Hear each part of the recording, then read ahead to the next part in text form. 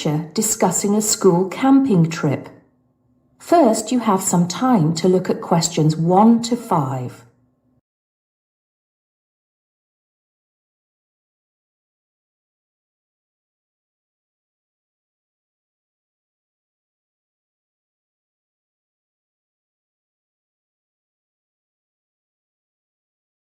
Now we shall begin. You should answer the questions as you listen because you will not hear the recording a second time. Listen carefully and answer questions 1 to 5. Good morning, Mr. Thompson. Can I speak to you for a moment? Of course, Jamie. Come in. Have a seat.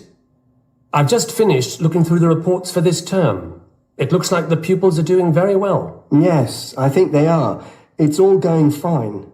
So, Jamie, what's on your mind? Well, I've been thinking about next month's camping trip, the one for year 10. Yes, we've got it scheduled for the 23rd to the 26th, if I'm not mistaken. Actually, I think it's the 24th to the 27th. Let's just check. Oh, right. Yes, you're right. So... Well, I've been thinking about how we might possibly make this year's event even better than last year's. Not that last year's wasn't great, but... Suggestions for improvement are always welcome, Jamie. So, what have you been thinking about? Well, to tell the truth, I wasn't completely happy with the camp we used last year. It was rather small, and I didn't feel that the grounds were particularly well kept. Go on. I did some searching, and I think I found the perfect spot. It's called Shepton Meadows, and... Is that the campsite in the Lake District? No, actually it's just outside Carlisle. It's a huge site, and it's on a lovely lake, Lake Brant, I believe it's called. Half the site is forested, and the rest, the actual camping area, is grassy. For kids that rarely get to see anything more than concrete, it's ideal. And the facilities are amazing. There's a basketball court, a large pool, and a football pitch. There are well-marked trails through the forest for hiking, and the lake is there for swimming and other water sports. I believe there's even a lifeguard service. That sounds like it might suit our purposes perfectly. Did you happen to find out about availability and cost? Yes, as a matter of fact, I did. I called them yesterday evening, and there are plenty of spots available. And because we're a non-profit organization, they said they would give me a reduction in the price. If I remember correctly, we paid £5 a head last year. Yes, per night, right? Yes, each child paid £10 for the 2 nights. Well, at this campsite, it's only £4 per night. And they told me that if we had over 50 children, which we do, they could give us a further 10% off. That's very reasonable, isn't it? Well, from what you've told me, I think we should probably go ahead and book. Excellent. I'm sure the children will love it. I'm sure they will. Before you hear the rest of the conversation, you have some time to look at questions 6 to 10.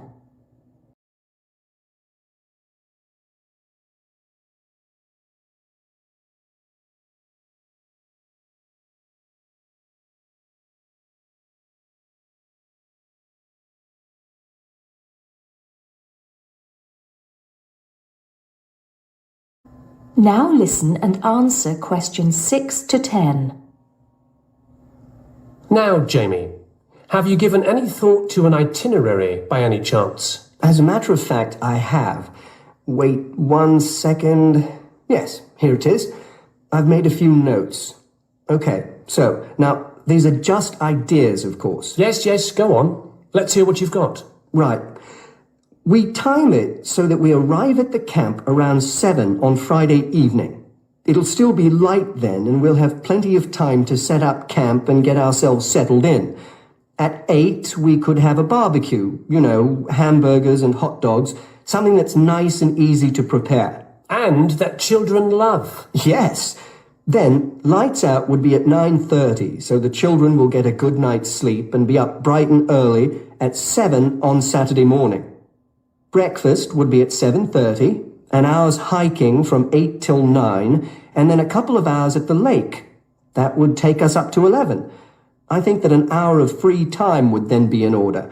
Let them have a chance to explore a bit on their own, you know? Yes, great idea. And then? Let's see, a picnic lunch at 12, and then sports in the afternoon till 4. Another swim until 5, and then supper.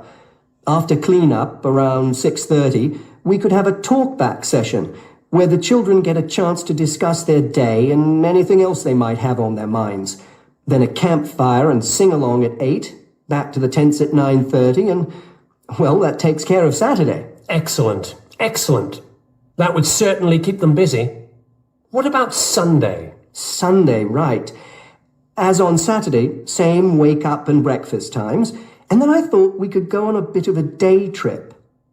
There are some caves about an hour's walk from the camp, which I thought the children might find interesting. We could leave at 8, which would mean we'd get to the caves at 9.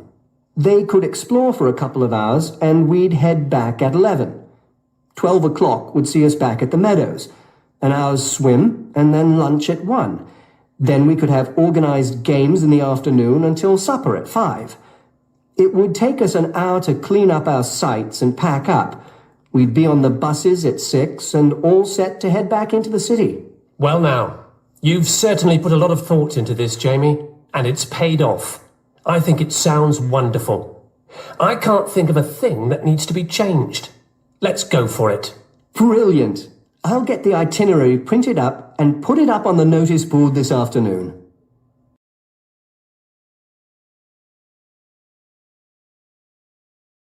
That is the end of part 1. You now have half a minute to check your answers.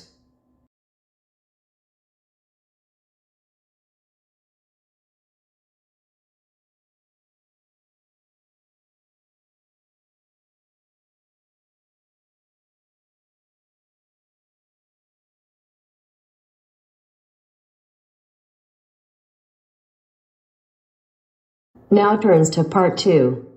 You are going to hear a talk about making the most of graduate school. First, you have some time to look at questions 11 to 16.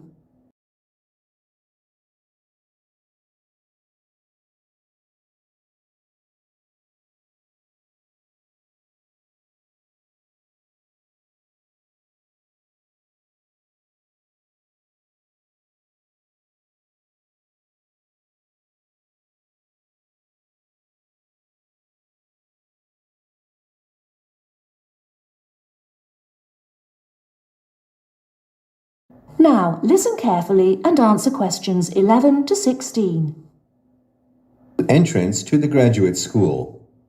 My job now is to give you the graduate school survival guide and make some concise suggestions for getting the most out of your relationship with our research supervisor, getting the most out of what you read, and making continual progress with your research.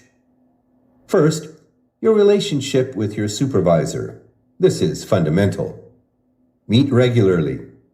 You should expect to meet once a week or at least every other week, because this will give you the motivation to make progress and also keeps your advisor aware of your work. Prepare for your meetings. Come to each meeting. Also, bring the notes from your previous meeting together with a list of any upcoming deadlines. Make a plan for what you hope to get out of each meeting. After the meeting, email your supervisor a brief summary. Include a list of major topics discussed, a list of what you agreed on, a note of any advice you may not want to follow, and a new summary of what you are planning to do. This helps avoid misunderstandings and provides a handy record of the progress of your research. Add a to-do list for yourself and your supervisor, including a reading list. Finally, add the time and date for the next meeting. My second main piece of advice is to keep your supervisor informed. Show him or her the results of your work as soon as possible. This helps your supervisor understand your research and identify any potential points of conflict early in the process. Include summaries of your work, including any results of experiments, and also anything you write about your research. Thirdly, communicate clearly. If you disagree with your advisor, state your objections and concerns clearly and calmly. If you feel that something about your relationship is not working, discuss it with him or her. Whenever possible, suggest steps that they could take to address your concerns. Under this heading, it is extremely important to take the initiative. You do not need to clear everything you do in your research with your advisor. He or she is busy too. You must be responsible for your own ideas and the progress of your work. Before you hear the rest of the talk, you have some time to look at questions 17 to 20.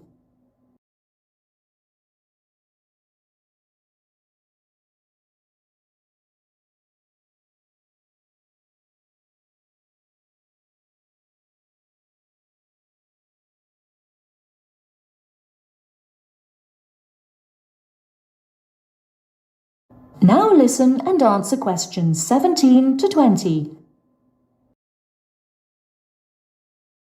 The second section of my talk is about getting the most out of what you read. The first principle here is to be organized. Keep an electronic bibliography with notes and pointers to the paper files. Keep and file all the papers you have read. Point 2, be efficient. Only read what you need to. Start by reading only the conclusion, scanning figures and tables, and looking at their references. Read the other sections only if the paper seems relevant or you think it might help you get a different perspective. Skip the sections you think you already understand. These are often the background and motivation sections. It's of critical importance to take good notes on every paper you find worth reading. Note especially what problem the author is trying to solve, what approach they take to the problem, and how their approach differs from other approaches. Next, summarize what you have read on each topic. After you have read several papers on the same topic, note the key problems, the various formulations of the problem under consideration, the relationship between the various approaches and the alternative approaches you come across. Let me add one point you might not have already thought of. Read PhD theses. Even though they are long, they can be very helpful for quickly learning about what has been done in your field of interest. Focus particularly on the background sections and method sections. Don't forget to read your advisor's thesis. This will give you an idea of what he or she expects from you. The third section of my talk is about making continual progress with your research. Keep a journal of your ideas. Write down every issue you are thinking about, even if you think it is stupid. This will help you keep track of your progress and keep you from going round in circles. That is the end of part 2. You now have half a minute to check your answers.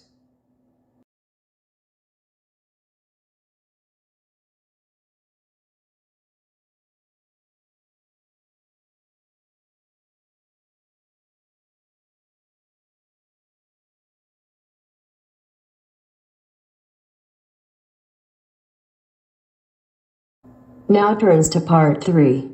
Part 3. You will hear a conversation between a tutor and two students, Amanda and Jake. First, you have some time to look at questions 21 to 25.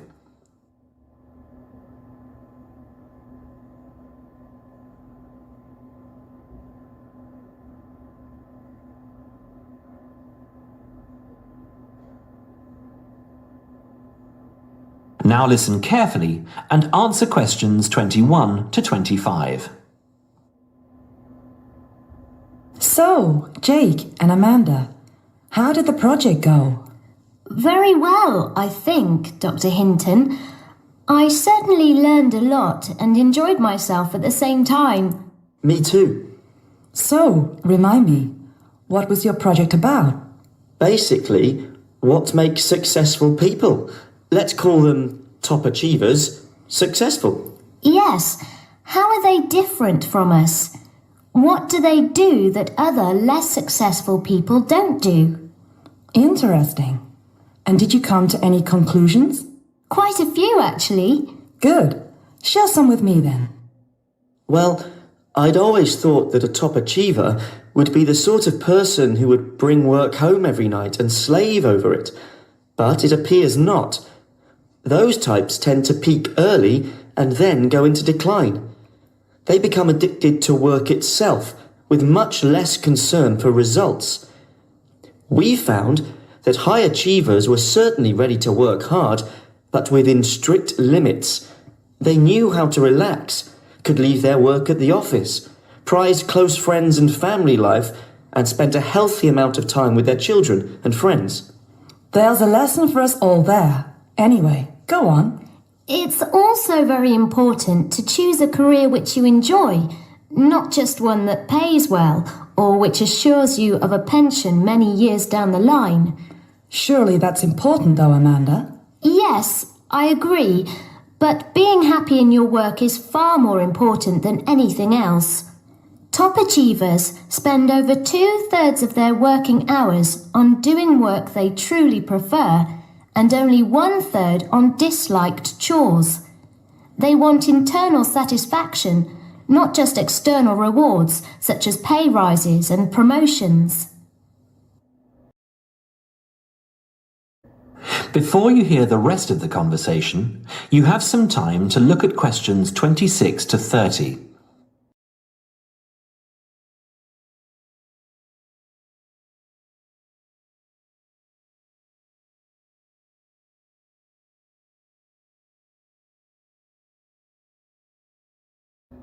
Now, listen and answer questions 26 to 30. Actually, in the end, they often have both, because they enjoy what they are doing. So their work is better and their rewards higher. Yes, Jake, that certainly makes sense. Now, can I ask you something? Do high achievers, as you call them, take many risks? Yes and no. I interviewed one business executive who told me he was able to take risks because he carefully considered how he could salvage the situation if it all went wrong. He imagined the worst that could happen, and if he could live with that, he went ahead. If not, he didn't take the chance. Other people prefer to stay in what I heard described as the comfort zone setting for security, even if it means settling for mediocrity and boredom too. Would you call top achievers perfectionists? Contrary to what I expected, no, I wouldn't.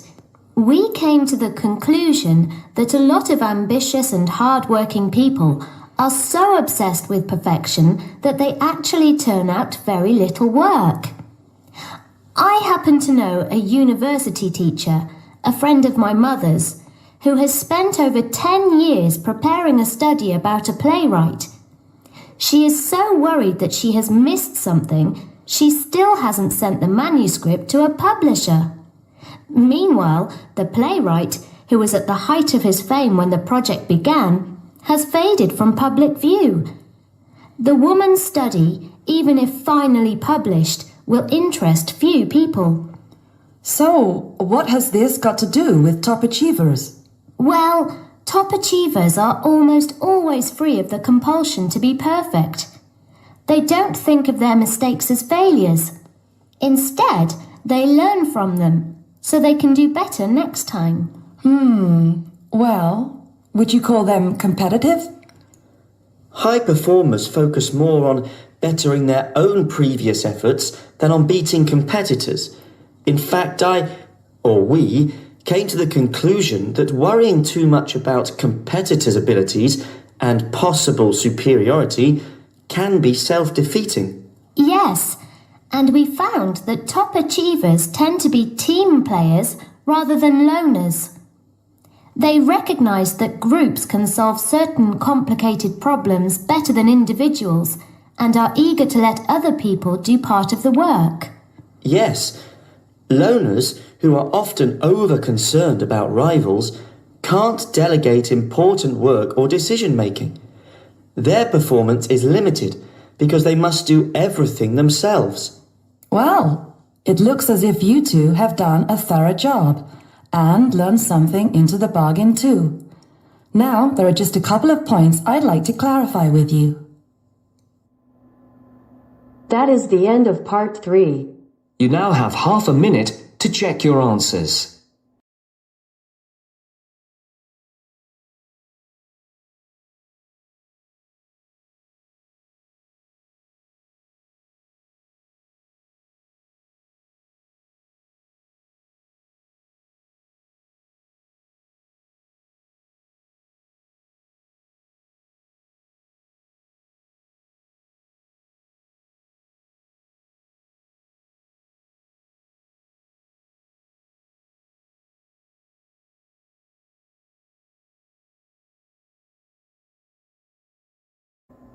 Now turns to part 4. Part 4. You will hear an environmental studies student giving a presentation about his project on saving an endangered species of plant. Now you have some time to look at questions 31 to 40.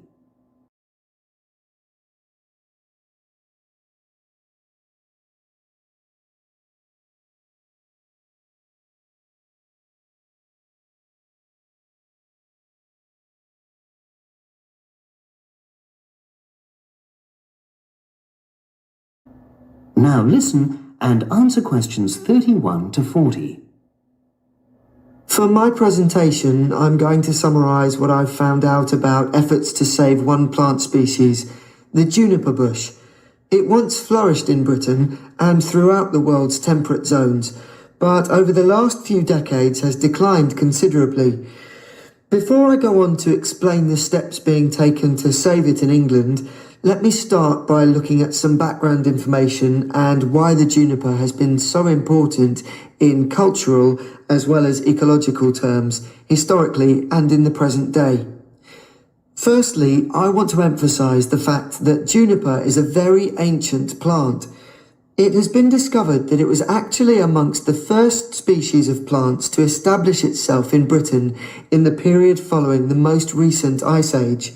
And, as I say, it has a much valued place in British culture. It was used widely as a fuel during the Middle Ages because when burnt, the smoke given off is all but invisible, and so any illicit activities involving fire could go on without being detected. For example, cooking game hunted illegally. It also has valuable medicinal properties. Particularly during large epidemics, oils were extracted from the juniper wood and sprayed in the air to try to prevent the spread of infection in hospital wards. And these days, perhaps its most well-known use is in cuisine, cooking, where its berries are a much valued ingredient, used to flavour a variety of meat dishes and also drinks. Turning now to ecological issues, juniper bushes play an important role in supporting other living things. If juniper bushes are wiped out, this would radically affect many different insect and also fungus species. We simply cannot afford to let this species die out.